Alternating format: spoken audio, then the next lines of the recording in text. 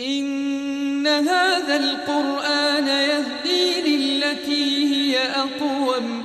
ويبشر المؤمنين الذين يعملون الصالحات أن لهم أجرا كبيرا. قرآني نبض حياتي، قرآني طهر ذاتي، قرآني عصمة أمري، قرآني طوق نجاتي، قرآني طوق نجاتي. الحمد لله نحمده ونستعينه ونستغفره ونؤمن به ونتوكل عليه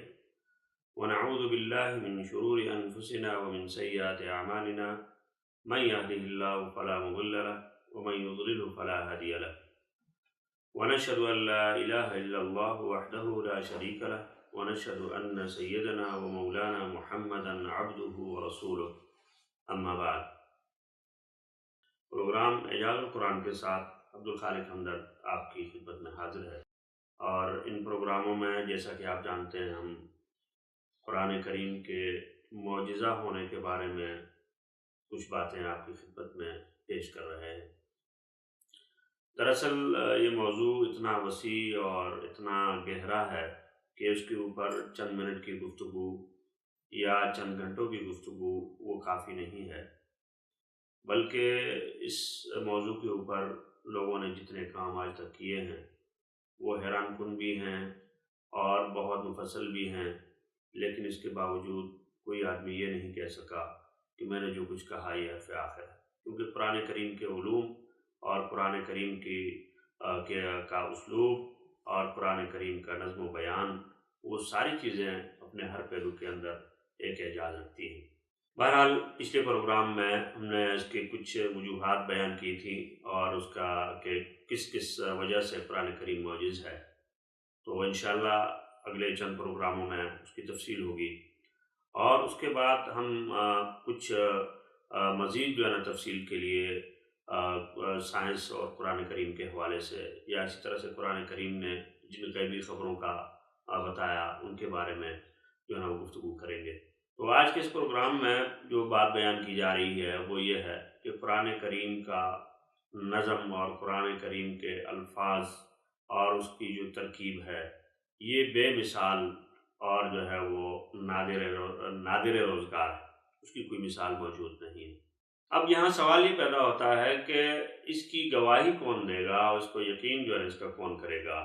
کہ یہ نظم واقعی جو ہے نا وہ بدیع اور بے مثال ہے، کہ اس کی کوئی مثال موجود نہیں ہے۔ تو اس کا جواب یہ ہے کہ ہمیشہ جو لوگ اس میدان کے لوگ ہوں گے، جو فصاحت و بلاغت کو جانتے ہیں، جو عربی شعر اور عربی جو ہے وہ نثر کو جانتے ہیں، جو عربوں کے ادب کو جانتے ہیں، ان کی ثقافت کو جانتے ہیں، یہ لوگ جو ہے نا وہ جب اگر یہ بتائیں گے کہ واقعی اپنے نظم کے لحاظ سے قرآن کریم معجز ہے، تو ان کی بات جو ہے وہ قابل غور بھی ہوگی اور ماننے کے قابل تسلیم بھی ہوگی۔ اور یہ کام آج نہیں بلکہ جب سے قرآن کریم آیا ہے اس وقت سے ہو رہا ہے، اور ادب سے تعلق رکھنے والے لوگ اور ادب کو جاننے والے لوگ وہ آج تک نہ اس کی مثال بیان پیش کر سکے ہیں، اور نہ آج تک جو ہے وہ کسی کو یہ کہنے کی ہمت ہوئی ہے کہ قرآن کریم معجز نہیں ہے۔ بلکہ میں نے آپ سے پہلے عرض کیا تھا کسی پروگرام میں، اس زمانے میں بھی مثلاً ابراہیم یازی، ان کا خاندان، اور اس طرح کے بہت سے عیسائی جو کہ ادب کے اندر جو انتہائی مہارت رکھتے ہیں، ان لوگوں سے جب پوچھا گیا کہ آپ نے یہ ادب کہاں سے سیکھا، کہا جی ہم نے قرآن سے سیکھا۔ اگرچہ وہ ایمان نہیں رکھتے اس کے اوپر، لیکن اس کے اسلوب اور اس کے بیان سے وہ متاثر ہوئے بغیر نہیں رہ سکے، تو یہ بذات خود قرآن کریم کا ایک معجزہ ہے۔ اسی طرح سے جن پہلے لوگوں کے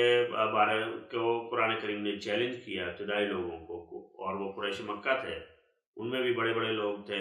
مثلا اس میں ولید ہے، اس میں عتبہ ہے، اور اس میں اور جو ہے نا بہت ابو سفیان ہیں جو بعد میں مسلمان ہوئے، لیکن اس زمانے میں پہلے جو ہے نا وہ جب اسلام میں نہیں تھے تو بھی قرآن کریم جو ان کے سامنے تھا۔ اسی طرح سے اور بہت سارے لوگ ہیں جن کی گواہیاں تاریخ نے محفوظ کی ہیں، اور اس کو جو ہے نا مانا ہے، ان لوگوں نے تسلیم کیا کہ قرآن کریم واقعی یہ انسان کا کلام نہیں ہو سکتا، اور قرآن کریم اپنے اسلوب اور اپنے بیان اور اپنے معنی سب کے لحاظ سے معجزہ ہے۔ تو اس بارے میں جو مشہور واقعات جو ہے نا قریش کے حوالے سے کتابوں میں لکھے گئے ہیں، ان میں چند واقعات ولید کے ہیں، اس کے بعد عتبہ کا ہے۔ مثلاً ولید کا جو ہے نا پہلا واقعہ یہ ہے کہ یہ ولید بن المغیرہ یہ نبی کریم صلی اللہ علیہ وسلم کے پاس گیا اور آپ صلی اللہ علیہ وسلم نے اس کے سامنے قرآن کریم کی تلاوت کی، اور جب تلاوت کی اس کا دل کچھ نرم ہو گیا، اور یہ بات جو ہے وہ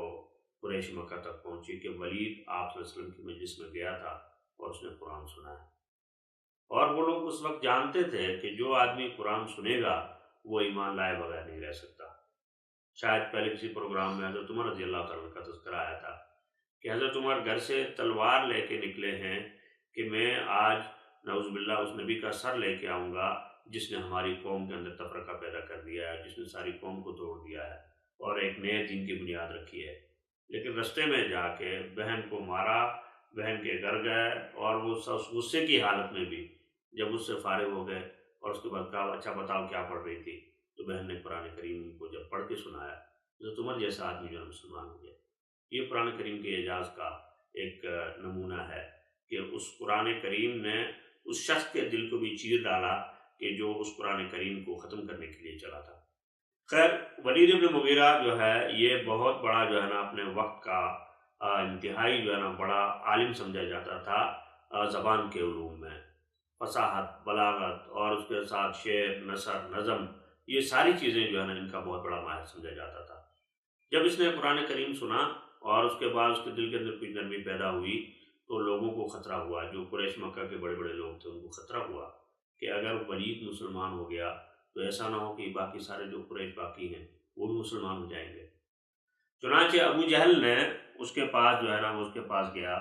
اور اپنے اسلوب سے اس کو کہنے لگا کہ بھئی یہ جو ہے نا ہماری جو نا قوم اور قریش یہ چاہتی ہے وہ آپ کے لیے کچھ مال جمع کرے، کچھ مال آپ کے لیے جمع کرے۔ اور تو اس نے کہا جی کیوں؟ کہا کہ ہم نے سنا ہے کہ آپ محمد صلی اللہ علیہ وسلم کے پاس گئے تھے اور شاید وہاں سے کچھ آپ حاصل کرنے کی کوشش کر رہے ہیں، اس لیے ہم نے سوچا کہ چلو کوئی مال جمع کر کے دے دیں۔ تو دیکھیں ایک سردار ہے، اس کو ورغلایا جا رہا ہے کہ اگر تم وہاں گئے تھے، تم مال جو ہے نا وہ لینے کے لیے اگر وہاں جاتے ہو، وہاں کوئی فائدہ منفعت حاصل کرنے کے لیے جا رہے ہو، تو ہم یہاں پہ تمہیں وہ مالی فائدہ دے رہے ہیں۔ تو یہ اس کی جو کیا کہتے ہیں سرداری تھی، اس کو چیلنج کرنے والی بات تھی۔ اس نے کہا کیوں؟ تو اس نے کہا جی آپ جب وہاں گئے کچھ لینا چاہتے ہیں تو اس صورت میں جو ہے نا ہم چلو کچھ جمع کر کے دے دیں آپ کو، شاید آپ کے دل میں کچھ لالچ آئی ہے۔ تو ولید نے کہا کہ تمہیں پتہ ہے کہ قریش میں سب سے زیادہ مال میرے پاس ہے، تو اس لیے مجھے تمہارے مال کی ضرورت نہیں ہے۔ پھر ابو جہل کہنے لگا کہ اچھا ٹھیک ہے، اگر آپ جو ہے نا وہ مسلمان نہیں ہو رہے تو کوئی ایسی بات کریں جس سے لوگوں کو یہ یقین آ جائے کہ واقعی آپ مسلمان نہیں ہو رہے۔ تو ولید نے جو ہے نا وہ سوچنے لگا کہ میں کیا کہوں۔ تو اس نے کہا کہ تم لوگوں کو پتہ ہے کہ میں شعر میں تم میں سب سے ماہر آدمی ہوں، شعر کو میں سب سے زیادہ جانتا ہوں، میں قصائد کو جانتا ہوں، میں رجز کو جانتا ہوں، اور جنوں کے اشعار سے میں واقف ہوں، انسانوں کے اشعار سے واقف ہوں، لیکن خدا کی قسم محمد جو کچھ بیان کر رہے ہیں ان میں سے کسی چیز کی جو مشابہت جو ہے اس میں موجود نہیں ہے۔ نہ یہ کلام انسانوں کے شعر کی طرح ہے، نہ جنوں کے شعر کی طرح ہے، نہ یہ انسانوں کی نثر کی طرح ہے، نہ جنوں کی نثر کی طرح ہے، تو اس میں کچھ بھی نہیں ہے۔ تو ابو جہل کہنے لگا کہ نہیں، اگر یہ نہیں ہے تو آپ کی یہ بات تو لوگ تسلیم نہیں کریں گے۔ اب وہ یہ کہنا چاہ رہا ہے کہ اگر تم نے جا کے قوم کے سامنے یہ کہہ دیا کہ قرآن کریم جو ہے وہ اس کے بھی مشابہ نہیں ہے، اس کے بھی مشابہ نہیں ہے، اس کے بھی مشابہ نہیں ہے، تو سارے مسلمان ہو جائیں گے۔ تو اس اسلام سے روکنے کا نہیں، کوئی ایسی بات کرے کہ اس سے جو ہے نا وہ ان لوگوں کو یقین آ جائے کہ آپ مسلمان نہیں ہو رہے۔ تو ولید بن مغیرہ نے بہت سوچا، لیکن وہ اس اپنے علم کی بنیاد کے اوپر قرآن کریم کے اوپر کوئی الزام نہیں لگا سکا۔ صرف آخر میں جا کے اس نے ایک بات کی، اس نے کہا فَقَالَ إِنْ هَذَا إِلَّا سِحْرٌ يُؤْثَرُ، کہا کہ اگر کوئی بات اس سے بھی بڑی، کوئی زیادہ سے زیادہ اگر میں کہہ سکتا ہوں تو وہ یہ ہے کہ یہ ایک جادو ہے جو نسل در نسل جو ہے وہ منقول ہو رہا ہے، اور اس کو وہاں سے لیا گیا ہے، اور یہ اس کو جو ہے اثر اس کا دکھایا جا رہا ہے۔ کہنے لگا میں یہ کہہ سکتا ہوں، اس کے علاوہ کچھ نہیں۔ تو قرآن کریم کی صورت چھپر جو ہے نا اتری، اور جو ہے وہ سورہ مدثر میں اس کا تذکرہ موجود ہے کہ اس نے سوچا، پھر سوچا، پھر سوچا، پھر سوچا، اور اس غلط سوچ کے نتیجے میں آخر میں جا کے کہتا ہے کہ یہ جادو ہے، ٹھیک ہے۔ لیکن قرآن کریم میں کہا وما ہوا قول البشر، کہ یہ قرآن کریم جو ہے وہ بشر کا کلام نہیں ہے۔ تو یہ جو ہے نا ایک گواہی ولید ابن مغیرہ نے اس وقت جو ہے نا وہ اس کو کہا، اور اس کے بعد جو ہے آج تک جو ہے نا وہ اس کی مثال موجود ہے کہ اس جیسا شخص قرآن کریم کا انتہائی مخالف ہونے کے باوجود اس کے اوپر کوئی الزام نہیں لگا سکا، اس کے مقابلے میں کوئی کلام پیش نہیں کر سکا، اس کے مقابلے میں کوئی شعر، کوئی نظم، کوئی نثر نہیں لکھ سکا، بلکہ اس کو تسلیم کرنا پڑا کہ قرآن کریم واقعی معجزہ ہے۔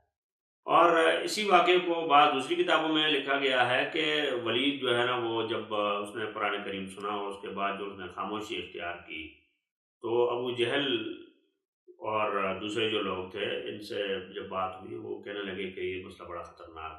تو ابو جہل اسی طرح جا کے، یہ چونکہ اپنے اسلوب میں تھا تو جو ہے نا وہ یہ بھی ماہر اور سمجھدار آدمی تھا، لیکن جب ہدایت جو ہے نا وہ انسان کی نصیب میں نہ ہو تو سمجھداری جو ہے نا وہ کام نہیں کرتی، آخر کار اس کو جو ہے وہ غلط جگہ پہنچا دیتی ہے۔ ہمارے یہاں مثال ہے، کہتے ہیں کہ کوا جو ہے وہ جتنا بھی سیاح ہو جائے آخر کار وہ گندگی پہ جا کے بیٹھتا ہے۔ تو ابو جہل اور اس کے جو ساتھی تھے ان کی عقل بھی اسی طرح کی تھی کہ وہ اپنے کاموں میں تو بڑے ماہر تھے، سمجھدار تھے اور دنیا کے امور کو جانتے تھے، لیکن جب بات دین کی آئی، قرآن کی آئی، تو وہاں پر ان کی عقل کام نہ کر سکی، اور وہ صرف اپنی سرداری بچاتے بچاتے ایمان سے بھی گئے اور جان سے بھی گئے۔ خیر، ابو جہل نے جا کے اس کے پاس غمگین ہو کے بیٹھ گیا کہ جی ہمارے جو ہے نا بہت ہم پریشان ہیں۔ یہ پوچھنے لگا کہ کیا مسئلہ ہے؟ تو اس نے کہا کہ بس ہم نے جو ہے نا ابھی سنا ہے کہ آپ وہاں جا رہے اور آپ جو ہے وہ کیا کہتے ہیں اس کو ادھر ہو گئے اور آپ اسلام لے آ رہے۔ تو ولید کہنے لگا کہ یہ بات نہیں ہے، اور پھر اس کے بعد جب اپنی قوم میں اس نے کہا کہ اچھا اگر یہ بات نہیں ہے تو پھر آپ اپنے قوم میں آئیں اور ان کو بتائیں کہ جی یہ بات نہیں اور میں مسلمان نہیں ہو رہا ہوں۔ تو ولید آیا اور ولید نے ان کے سامنے جو بات کی وہ بڑی عجیب تھی۔ اس نے کہا کہ کیا تم سمجھتے ہو کہ محمد مجنون ہے؟ تو کہا خدا کی قسم آج تک کبھی تم نے دیکھا کہ ان کے اوپر کوئی جنون کا کوئی دورہ پڑا ہو، کبھی کوئی پاگل پن کا اثر نظر آیا ہو، کبھی دیکھا؟ لوگوں نے کہا نہیں۔ پھر وہ کہنے لگا کیا تم سمجھتے ہو کہ محمد جو ہے نا وہ کاہن ہے، جس طرح سے یہود میں جو ہے نا کاہن ہوتے تھے جو خبریں بتاتے تھے غیب کی، اس طرح کی؟ تو کہا کاہن ہے؟ تو کہا نہیں۔ کہا آج تک تم نے کبھی دیکھا کہ اس نے کوئی کاہن اس کی کہانت کی بات کی ہو؟ کوئی آج تک تمہارے سامنے اس نے کوئی اس طرح کی بات کرنے کی کوشش کی ہو؟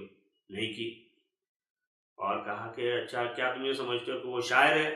کہ وہ شعر کی وجہ سے جو ہے نا وہ اپنے اشعار جو تمہارے سامنے پیش کرتا ہے؟ تو فرمایا کیا تم نے دیکھا کہ نبی کریم صلی اللہ علیہ وسلم کی زندگی میں کبھی آپ نے کوئی شعر کہا ہو؟ تو لوگوں نے کہا نہیں۔ اور کہا کیا تمہارا یہ خیال ہے کہ وہ جو ہے نا جھوٹے ہیں؟ نعوذ باللہ۔ اور پھر ساری قوم نے کہا کہ نہیں، آج تک تم نے کبھی ان کے اوپر جھوٹ کا کوئی بولنا تو دور کی بات ہے، کبھی جھوٹ کا الزام بھی نہیں لگا۔ فرمایا محمد تو یہ ہے۔ تو پھر اس کے بعد کہنے لگا کہ ہاں ان سب باتوں کے باوجود اگر کوئی بات کہی جا سکتی ہے تو وہ پھر یہی ہو سکتی ہے کہ وہ ساحر